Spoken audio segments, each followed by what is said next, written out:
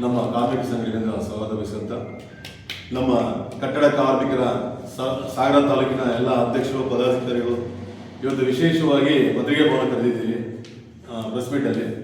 ಏನಪ್ಪ ಉದ್ದೇಶ ಏನಪ್ಪ ಅಂದರೆ ನೇರ ಉದ್ದೇಶಕ್ಕೆ ಹೋಗ್ಬಿಡ್ತೀನಿ.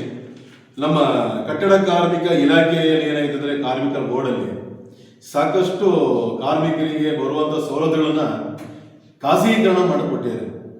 ನಮ್ಮ ಉದ್ದೇಶ ಏನಪ್ಪ ಅಂದರೆ ಕಟ್ಟಡ ಕಾರ್ಮಿಕರು ಕಾರ್ಮಿಕೋಸ್ಕರ ಮೀಸಲಿರಲಿ, ಇದು ಯಾವುದೇ ಕಾರಣಕ್ಕೂ ಖಾಸಗೀಕರಣ ಮಾಡೋದು ಬೇಡ ಅಂತ.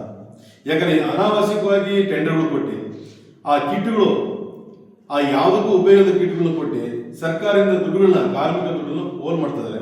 ಆ ಉದ್ದೇಶಕ್ಕೋಸ್ಕರ ಇವತ್ತು ನಮ್ಮ ಸಾಗರ ತಾಲೂಕಲ್ಲಿ ಇವತ್ತು ಪ್ರಥಮ ಬಾರಿಗೆ ಪ್ರೆಸ್ ಮೀಟ್ ಮಾಡ್ತಾ ಇದೀವಿ. ಯಾಕಂದ್ರೆ ಕಾರ್ಮಿಕರ ಇಲಾಖೆಗೋಸ್ಕರ ಕಾರ್ಮಿಕರ ಮಂಡಳಿ ಉಳಿಲೇಬೇಕು ಅಂತ ಉದ್ದೇಶಕ್ಕೋಸ್ಕರ. ಇದರ ಏನಪ್ಪ ವಿಷಯಗಳು ಏನಪ್ಪ ಅಂದ್ರೆ ನಮ್ಮ ಕಾರ್ಮಿಕ ಇಲಾಖೆಯಲ್ಲಿ ಸಾಕಷ್ಟು ಅನುದಾನ ಇದೆ.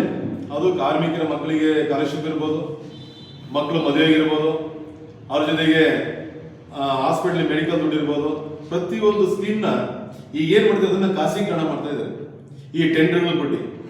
ಈಗ ಟೆಂಡರ್ಗಳು ಏನಪ್ಪ ಕೊಟ್ಟಾರೆ ಅಂದ್ರೆ ಸಂಚಾರಿ ಗಾಡಿ ಅಂತ ಕೊಟ್ಟಾರೆ, ಸಂಚಾರಿ ಘಟಕ ಅಂತೇಳಿ. ಯಾವುದೋ ಮೆಡಿಕಲ್ ಅದೇನೈತೆ ಎಲ್ಲೋ ಒಂದ್ ಕಡೆ ಮೂಲೆ ಇಟ್ಕೊಂಡ್ಬಿಡುತ್ತೆ, ಅವ್ನು ಯಾವ್ದು ಟೆಸ್ಟೇ ಮಾಡಲ್ಲ. ಒಂದು ಫಲಾನುಭವಿಗಳಿಗೆ 2,905 ರೂಪಾಯಿ ಒಂದು ಫಲಾನುಭವಿಗೆ. ಒಂದು ಫ್ಯಾಮಿಲಿಯಲ್ಲಿ ಕನಿಷ್ಠ ಅದನ್ನು ಒಂದು 5 ಜನ ಇದ್ದಾರೆ. ಒಬ್ಬ ಲೇಬರ್ ಕಾರ್ಡ್ ತಗೊಳ್ಳೋದು, ಅವ್ರ ಆಧಾರ್ ಕಾರ್ಡ್ ತಗೊಳ್ಳೋದು, ಎಲ್ಲರಿಗೂ ಟೆಸ್ಟ್ ಮಾಡಿದೆ ಅಂತೇಳಿ ಆ ರಿಪೋರ್ಟ್ಗಳು ಸಾವಿರಾರು ಕೋಟಿ ದುಡ್ಡು ಪೋಲಾಗ್ತಾ ಇದೆ. ಇದು ಸಾಕಷ್ಟು ಬರೀ ನಮ್ಮ ಎಲ್ಲ ಸಚಿವರುಗಳಿದ್ವಿ, ಸರ್ಕಾರಕ್ಕೂ ಮನವಿ ಕೊಟ್ಟಿವಿ. ಇದು ಯಾವ್ದು ನಿಲ್ಸೆ ಕಾಣ್ತಾ ಇಲ್ಲ, ಅದು ಕಂಟಿನ್ಯೂ ನಡೀತಾ ಇದೆ. ಹಾಗಾಗಿ ಅದೊಂದು ನಿಲ್ಲಿಸ್ಬೇಕು ಅಂತಿದ್ವಿ. ಅವ್ರ ಜೊತೆ ಈ ಕಿಟ್ಗಳು ನಿಮಗೆ ಆ ಕಿಟ್ ತಂದು ಕಿಟ್, ಆ ಕಿಟ್ಟಲ್ಲಿ ಏನಾಗಿತ್ತು ಅಂದ್ರೆ ಇದು ಒಂದು ಕಿಟ್ಟಿನ ಬೆಲೆ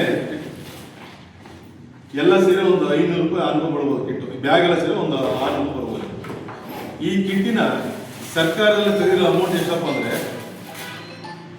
1,300 ರೂಪಾಯಿ ಇದು ಬೆಲೆ, ಪೂರ್ತಿ ಟೋಟಲ್ ಬೆಲೆ ಇರೋದು. ಸರ್ಕಾರದಿಂದ ತಗೊಳ್ಳೋದು 2,900 ರೂಪಾಯಿ. ಇದು ಇಷ್ಟ ಐಟಮಿಗೆ 2,900 ರೂಪಾಯಿ ಐಟಮ್ ನೀವೇ ನೋಡ್ರಿ ಸರ್. ಇದ್ರಿಗೆ 2,500 ರೂಪಾಯಿ ಐಟಮ್ ಇದೆಯಾ? ಇದು ಸಾವಿರಾರು ಕೋಟಿಗಳ ದುಡ್ಡನ್ನ, ಇದು ಒಂದೇ ಇಡೀ ನಮ್ಮ ಶಿವಮೊಗ್ಗ ಜಿಲ್ಲೆ ಅಂತಲ್ಲ, ಇಡೀ ರಾಜ್ಯಾದ್ಯಂತ ಇಂಥ ಕಿಡಿಗಳು ಕೊಟ್ಟು ಇದು ಏನು ಉಪಯೋಗ ಬರ್ತಾ ಇಲ್ಲ ಯಾವ ಕಾರ್ಮಿಕರಿಗೆ. ಇಂಥವು ಕೊಟ್ಟು ನಮ್ಮ ಕಾರ್ಮಿಕರ ದುಡ್ಡನ್ನ ಪೋಲ್ ಮಾಡ್ತಾರೆ. ಆ ಉದ್ದೇಶಗಳು ಇದೆಲ್ಲ ಸ್ಟಾಪ್ ಮಾಡಿ ಕೇಳಬಹುದು ಉದ್ದೇಶಕ್ಕೋಸ್ಕರ ಇವತ್ತು ಪ್ರೆಸ್ ಮೀಟ್ ಕರೆದಿದ್ವಿ. ಅವ್ರ ಜೊತೆಗೆ ಇನ್ನೊಂದು RPL ಕಿಟ್ ಅಂತ ತರಬೇತಿ ಅಂತೇಳಿ, ಆ ತರಬೇತಿಯಲ್ಲಿ ಏನ್ ಮಾಡಿದ್ರೆ ನಮ್ಮಲ್ಲಿ ಇರೋ ಕಾರ್ಮಿಕರು ಎಲ್ಲ ಕಾರ್ಮಿಕರೇ. ಅಲ್ಲಿ ಏನ್ ಮಾಡಿದ್ರೆ ತರಬೇತಿಯಲ್ಲಿ ಇರುವ ಅದು ಸರ್ಕಾರ ಏನು ಒಂದು ಒಳ್ಳೆ ಉದ್ದೇಶ ಮಾಡಿದೆ, ನಮ್ಮ ಕಾರ್ಮಿಕರು ಒಳ್ಳೆ ಹೊಸ ಟೆಕ್ನಿಕ್ ಮಾಡಲಿ, ಒಳ್ಳೆ ಐಡಿಯಾ ಕೊಡಬೇಕು ಅಂತ ಅವ್ರು ತರಬೇತಿ ಕೊಟ್ಟಿದ್ದಾರೆ. ಆ ತರಬೇತಿ ಏನ್ ಮಾಡೋರು ಕೆಲವರು ಈ ಟೆಂಡರ್ ತಗೊಂಡವರು ಅರ್ಧ ಗಂಟೆ ಕೂರ್ಸಲ್ಲ, ಅವ್ರು ಸೈನ್ ಮಾಡ್ಕೊಂಡು ಕಳಿಸೋದಷ್ಟೇ. ಅವ್ರಿಗೆ ಇಂಥ ಕಿಟ್ ಕೊಡ್ತಾರೆ. ಅದರಲ್ಲಿ ಮೇಷನ್ನು, ಕಾರ್ಪೆಂಟ್ರು, ಎಲೆಕ್ಟ್ರಿಷಿಯನ್ನು, ಬಾರ್ಬೆಂಡ್ರು ಪ್ರತಿಯೊಬ್ಬರಿಗೂ ಒಂದು ಸಪ್ರೇಟ್ ಅವ್ರು ಸರ್ಟಿಫಿಕೇಟ್ ಕೊಟ್ಟಾಗ ಅವ್ರು ಏನೊಂದು ವ್ಯವಹಾರ ಮಾಡ್ಬೋದು. ಇವ್ರು ಏನು ಮಾಡ್ತಾರೆ ಎಲ್ಲರಿಗೂ ಒಂದೇ ಸರ್ಟಿಫಿಕೇಟ್, ಎಲ್ಲರೂ ಮೇಷನ್ನೇ. ಈಗ ಕಾರ್ಪೆಂಟರ್ ಕೆಲಸ ಮಾಡೋದೇ ಬಡ್ಡಿ ಕೆಲಸ ಗೊತ್ತಿದೆಯಾ? ಎಲೆಕ್ಟ್ರಿಷಿಯನ್ನು ಅವರು ಮೇಷನ್ ಕೊಟ್ಬಿಟ್ರೆ ಅವನು ಬಡ್ಡಿ ಕೆಲಸಕ್ಕೆ ಬರ್ತಾರ? ಈ ಉದ್ದೇಶಕ್ಕೋಸ್ಕರ ನಮ್ಮಲ್ಲಿ ಸಾಕಷ್ಟು ಇದೆಲ್ಲ ಪೋಲಾಗ್ತಿದೆ. ಇದನ್ನ ಯಾವುದೂ ಬೇಡ. ನಮ್ಮ ಕಾರ್ಮಿಕರ ಮಕ್ಕಳಿಗೆ ಈಗ ಕರೆಕ್ಟಾಗಿ 3 ವರ್ಷ ಆಯ್ತು ಸ್ಕಾಲರ್ಶಿಪ್ ಕೊಡ್ತಾ ಇಲ್ಲ. ಯಾಕಂದ್ರೆ ಹಿಂದೆ ಸರ್ಕಾರ ಕೊಡ್ತಾ ಇತ್ತು 5ನೇ ಕ್ಲಾಸಿಂದ 8ನೇ ಕ್ಲಾಸ್ ತನಕ 800 ರೂಪಾಯಿ, 10,000 ರೂಪಾಯಿ, 20,000 ರೂಪಾಯಿ. PhD ಮಾಡೋ ಮಕ್ಕಳ ತನಕ ಕನಿಷ್ಠ 75,000 ತನಕ ಸ್ಕಾಲರ್ಶಿಪ್ ಕೊಡ್ತಾ ಇತ್ತು. ನಾವೇನ್ ಕೇಳ್ತಿದ್ರೆ ಯಾವುದೇ ನಮಗೆ ಇಂಥ ಕಿಟ್ಗಳು ಏನು ಬೇಕಾಗಿಲ್ಲ. ನಮ್ಮ ಕಾರ್ಮಿಕರ ಮಕ್ಕಳು, ನಾವು ಕಾರ್ಮಿಕರಾಗಿದ್ದೀವಿ, ನಮ್ಮ ಮಕ್ಕಳು ಕಾರ್ಮಿಕರ ಕೆಲಸ ಮಾಡೋದು ಬೇಡ, ನಮ್ಮ ಮಕ್ಕಳು ಸ್ವಲ್ಪ ಒಳ್ಳೆ ಉದ್ಯೋಗ ಬರಲಿ ಅಂತೇಳಿ ಆ ಸರ್ಕಾರ ಯಾವುದೇ ಶಾಲೆಗೆ ಹೋದ್ರೂ ಸ್ಕಾಲರ್ಶಿಪ್ ಕೊಡ್ತಾ ಇದ್ರು. ಅದನ್ನ ಸ್ಟಾಪ್ ಮಾಡಿದ್ರೆ ಈ 3 ವರ್ಷದಿಂದ. ಆಗಸ್ಟ್ ಏನಾದ್ರೆ ಮೊನ್ನೆ ಸುಪ್ರೀಂ ಕೋರ್ಟಿಗೆ ಅರ್ಜಿ ಹಾಕಿದಾಗ ರಾಜ್ಯಾದ್ಯಂತ ಫಸ್ಟ್ ಪತ್ರಿಕಾ ಮಾಧ್ಯಮ ಮುಖಾಂತರ, ನಿಮ್ಮ ಮುಖಾಂತರ ಅದನ್ನ ಹೇಳ್ಬೇಕು ಅಂತೇಳಿ ಇವತ್ತು ಸ್ಟಾರ್ಟ್ ಮಾಡಿದ್ವಿ. ಅದ್ರ ಜೊತೆಗೆ ಇನ್ನೊಂದು RPL ಕಿಟ್ ಅದೊಂದು ಹೇಳಿದ್ವಿ. ಇನ್ನೊಂದೇನಪ್ಪ ಅಂದ್ರೆ ಸೇವಾ ಸಿಂಧು ಸೇವಾ ಕೇಂದ್ರ ಅಂತೇಳಿ ಸರ್ಕಾರನೇ ಮಾಡಿದೆ. ಕಾರ್ಮಿಕ ಇಲಾಖೆ ಅದು ನಮ್ಮ ಇಡೀ ಮಂಡಳಿ ಇರೋದು ಕಾರ್ಮಿಕ ಇಲಾಖೆಗಳು ಎಲ್ಲ ತಾಲೂಕಲ್ಲೂ ಇದೆ, ಕಾರ್ಡ್ಗಳು ಹಾಕ್ತಾ ಇದ್ದಾರೆ. 2018, 19, 16, 17ರಲ್ಲಿ ಒಂದು ಕಾರ್ಮಿಕ ಸಹಾಯಸ್ಥ ಅಂತೇಳಿ ಸ್ಕೀಮ್ ಇದೆ. ನಮ್ಮ ಸಂತೋಷ್ ಇದ್ದಾಗ ಕಾರ್ಡ್ ಬಿಟ್ಟರು. ಅವಾಗ ಒಂದೊಂದು ತಾಲೂಕಲ್ಲಿ 1,50,000 ಕಾರ್ಡ್ನ ಮಾಡ್ಬೋದು ಟಾರ್ಗೆಟ್ ಕೊಟ್ಟು ಎಲ್ಲರಿಗೂ ಏಜೆನ್ಸಿ ಕೊಟ್ಬಿಟ್ರು. ಆ ಏಜೆನ್ಸಿ ಕೊಟ್ಟಾಗ ಪ್ರತಿ ಕಾರ್ಮಿಕರ ಅದನ್ನು ಲೇಬರ್ ಕಾರ್ಡ್ ಮಾಡ್ಕೊಂಡಿದ್ದ. ಯಾವಾಗ ಅದೇ ಟೈಮಲ್ಲಿ 18, 19, 20ರಲ್ಲಿ ಕೋವಿಡ್ ಸಂದರ್ಭದಲ್ಲಿ ಬಿಜೆಪಿ ಸರ್ಕಾರ ಚೇಂಜ್ ಆದ ತಕ್ಷಣ ಮಾಡ್ರು.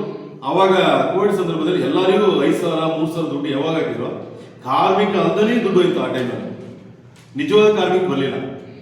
ಆಮೇಲೆ ಏನಾಗ್ಬಿಡ್ತು, ಈಗ ಮತ್ತೆ ಅದನ್ನೆಲ್ಲ ಬೋಗಸ್ ಕಾರ್ಡ್ ಎಲ್ಲ ಸ್ಟಾಪ್ ಮಾಡ್ಕೊಂಡ್ ಬಂದ್ವಿ. ಇಡೀ ನಮ್ಮ ಸಾಗರದಲ್ಲಿ 25,000 ಕಾರ್ಡ್ ಇತ್ತು, ಅದಷ್ಟು ಬೋಗಸ್ ಕಾರ್ಡನ್ನ ಸ್ಟಾಪ್ ಮಾಡಿ ಈಗ 12,000 ರಿಂದ 13,000 ಕಾರ್ಡಿಗೆ ಬಂದು ನಿಲ್ಲಿಸ್ಯಾರೆ.